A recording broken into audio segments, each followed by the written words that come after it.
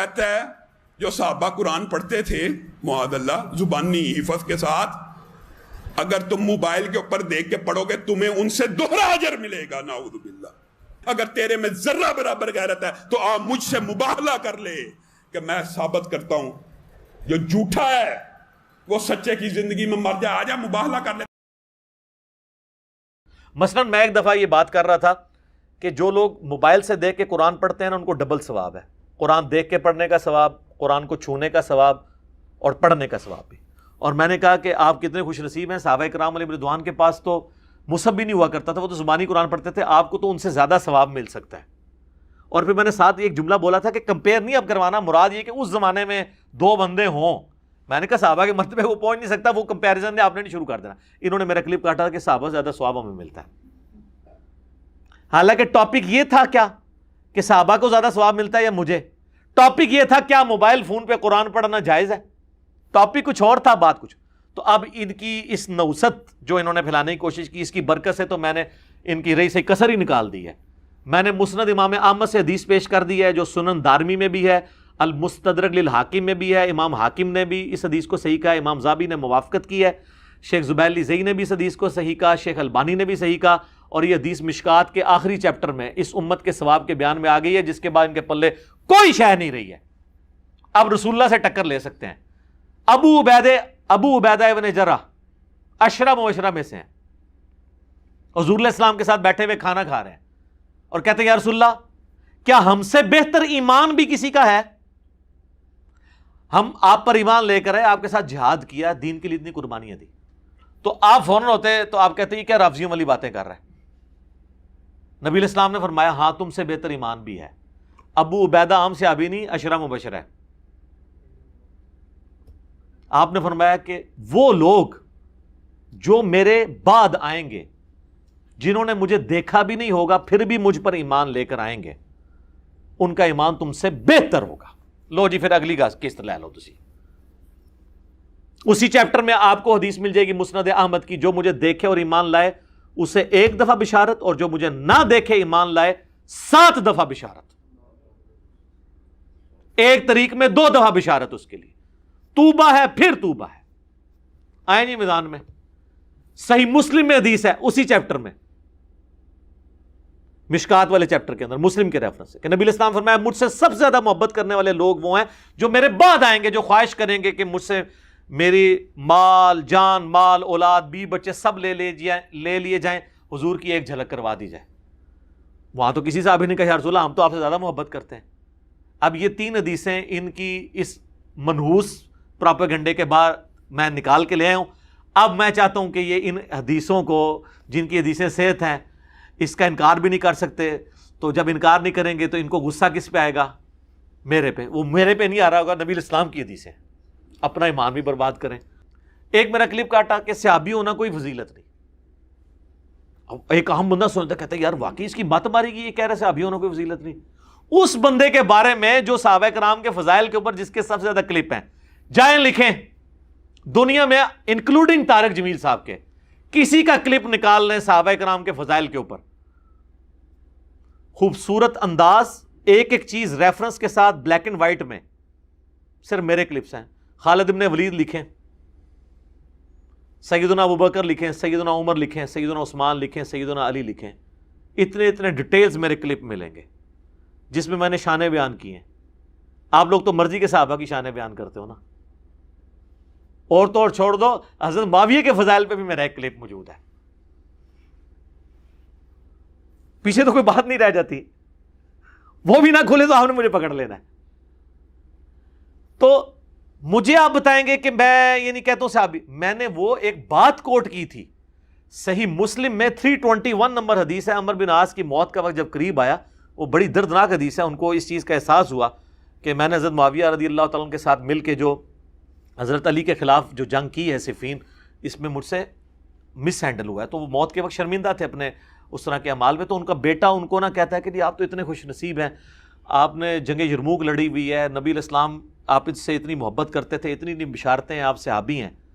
تو انہوں نے کہا تم تو ان ساری باتوں کو بہت بڑی فضیلت سمجھتے ہو نا، ہمارے نزدیک تو لا الہ الا اللہ محمد رسول اللہ کی گواہی دینے سے بڑی کوئی فضیلت نہیں ہے۔ تو میں نے اس کے اوپر ورڈکٹ بولی تھی کہ بھئی صحابی ہونا کوئی فضیلت نہیں مقابلے اس پہ کہ ایک بندہ کلمہ پڑھتا ہے. کیوں؟ جو کلمہ پڑھتا ہے تو وہی صحابی ہوتا ہے نا. ہاں جب کلمہ پڑھ کے وہ صحابی ہو جائے گا ظاہر ہے پھر ہم لوگوں سے تو بہت آگے ہے وہ. تو میں وہ حضرت عمر بن عاص کی بات کر رہا تھا کہ ان کا بیٹا ان کو کہتا ہے آپ نے حضور کی صحبت کی, حضور نے اتنے فضائل. ان کا میں ان فضائل کو کچھ نہیں سمجھتا, اصل فضیلت یہ ہے. تو یہ ٹاپک کیا تھا؟ حضرت عمر بن عاص کی موت کے وقت کی گفتگو. ٹاپک یہ نہیں تھا کہ صحابہ کی فضیلت ہے یا نہیں ہے. تو میں نے کہا نا آپ ٹاپک دیکھ لیا کریں کہ بات ضمناً ہو رہی.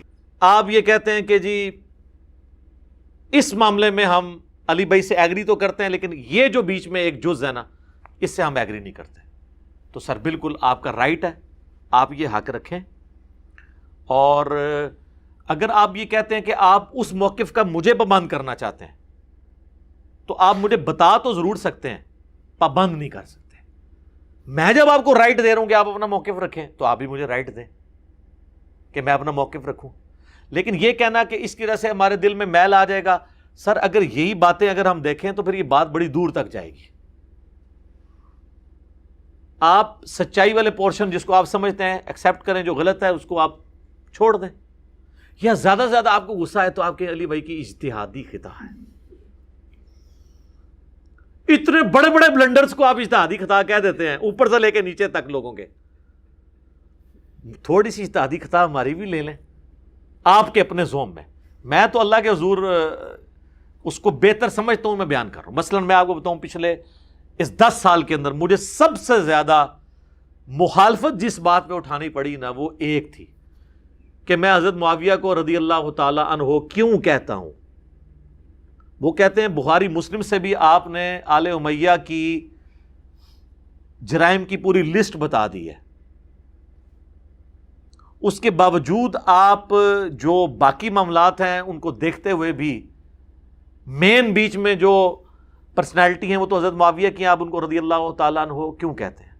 تو میرا ایک موقف ہے, آپ اسے دعوت کی حکمت سمجھ لیں یا آپ یہ سمجھیں کہ میں ایک ریڈ لائن کو کراس نہیں کرنا چاہتا, یا اس سے بڑی بات یہ سمجھ لیں کہ حضرت معاویہ رضی اللہ تعالیٰ عنہ نے اپنے دور ملوکیت کے اندر جن دین کے احکامات کا پاس نہیں کیا ان میں سے کئی ایک احکامات ہیں جن کا پاس مجھے ہے, جس میں ٹاپ آف دا لسٹ جو شخص نبی علیہ السلام کو ایمان کی حالت میں دیکھتا ہے, انکلوڈنگ حضرت معاویہ, حضرت عمرو بن عاص, حضرت مغیرہ بن شعبہ اور حضرت بصر بن ابی ارطاح. یہ مینلی 4 بندے ہیں رضی اللہ عنہم اجمعین.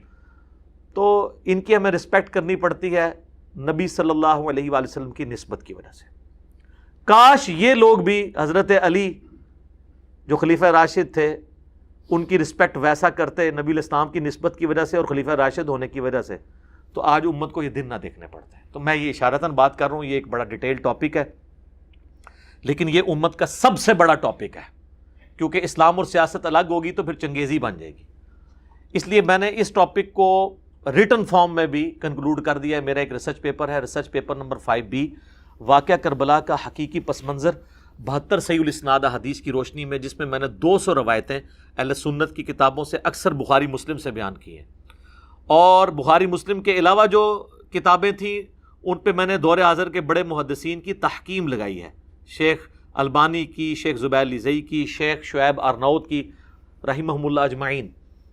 اور یہ پمفلٹ عربی میں بھی ہے, اردو میں بھی ہے, ہندی میں بھی ہے, انگلش میں بھی ہے, 4 زبانوں میں مفت ڈاؤن لوڈ کریں ہماری ویب سائٹ ahlsunnatpak.com سے, PDF ڈاؤن لوڈ کر لیں ریسرچ پیپرز والے پورشن میں 5B ریسرچ پیپر. اور ہارڈ کاپی آپ صرف TCS کا 300 روپے کا خرچہ دے کے یہ ریسرچ پیپر اور 7 ریسرچ پیپر اور ہیں میرے, ٹوٹل 8 اور ہیں, 9 ریسرچ پیپرز اور 3 اذکار کارڈ, 12 کا پورا پیکج صرف 300 روپے میں. TCS مہنگی ترین سروس, محفوظ ترین سروس پاکستان کی, آپ کے گھر میں دے کے جائیں گے. صبح 9 سے لے کے 5 بجے تک ہمارا فون کھلا ہوا ہوتا ہے. 0321590162 یہ ہماری اکیڈمی کا نمبر ہے, آپ رابطہ کر کے ڈاک منگوا سکتے ہیں. آخری علمی پوائنٹ نمبر 4, بات تو سچ ہے لیکن بات ہے رسوائی کی. ساری باتیں جب ختم ہو جائیں کہتے ہیں نہیں باتیں بھی ٹھیک ہیں, انداز والا مسئلہ بھی حل ہو گیا, لیکن ضرورت کیا ہے اس کو ٹاپک بنانے کی, کوئی اور ٹاپک بیان کریں. یہ آخری بات ہوتی ہے. اب یہ چونکہ علمی اعتراض نہیں ہے، علمی اعتراض تو ہونا کہ میں جو بیان کر رہا ہوں اس میں کوئی علمی غلطی ہے، میں نے حدیث بیان کی وہ نکلی نہیں. یہ ہے اپنے فرقے کو بچانے کا ایک جذباتی اعتراض. وہ جس طرح حنفی کہتے ہیں کہ دیکھیں یہ آئے دن اہل حدیث بحث کرتے ہیں رفع الیدین کے اوپر، یار آپ لوگوں کو نماز پڑھنے کا کیا کریں، کوئی ادھر ہاتھ باندھتا ہے کوئی ادھر باندھتا ہے، خیر ہے. اچھا یہ ان کی جوڈیشری کی ورڈنگ ہوتی ہے، اللہ دا ملے تو تم رفع الیدین نہیں کرن دیں دے، کیوں جی تو اسی بھگت بیٹھے ہو نا، کرن دیں دے. ویسے سب میرے نبی کے طریقے ہیں، لیکن جب نبی کے دوسرے طریقے کی طرف آؤ تو کہتے ہیں نہیں نہیں یہ تو ختم ہوا، یہ کس طرف آپ چل پڑے. یہ ہے منافقت، اس کو میں کرتا ہوں ایکسپوز. تو حنفی کہتے ہیں جی رفع الیدین کی حدیثیں بیان نہ کریں، کوئی اور ٹاپک ڈھونڈیں. اہل حدیث کیا مان کے ان کی بات سہم کے بیٹھ جاتے ہیں؟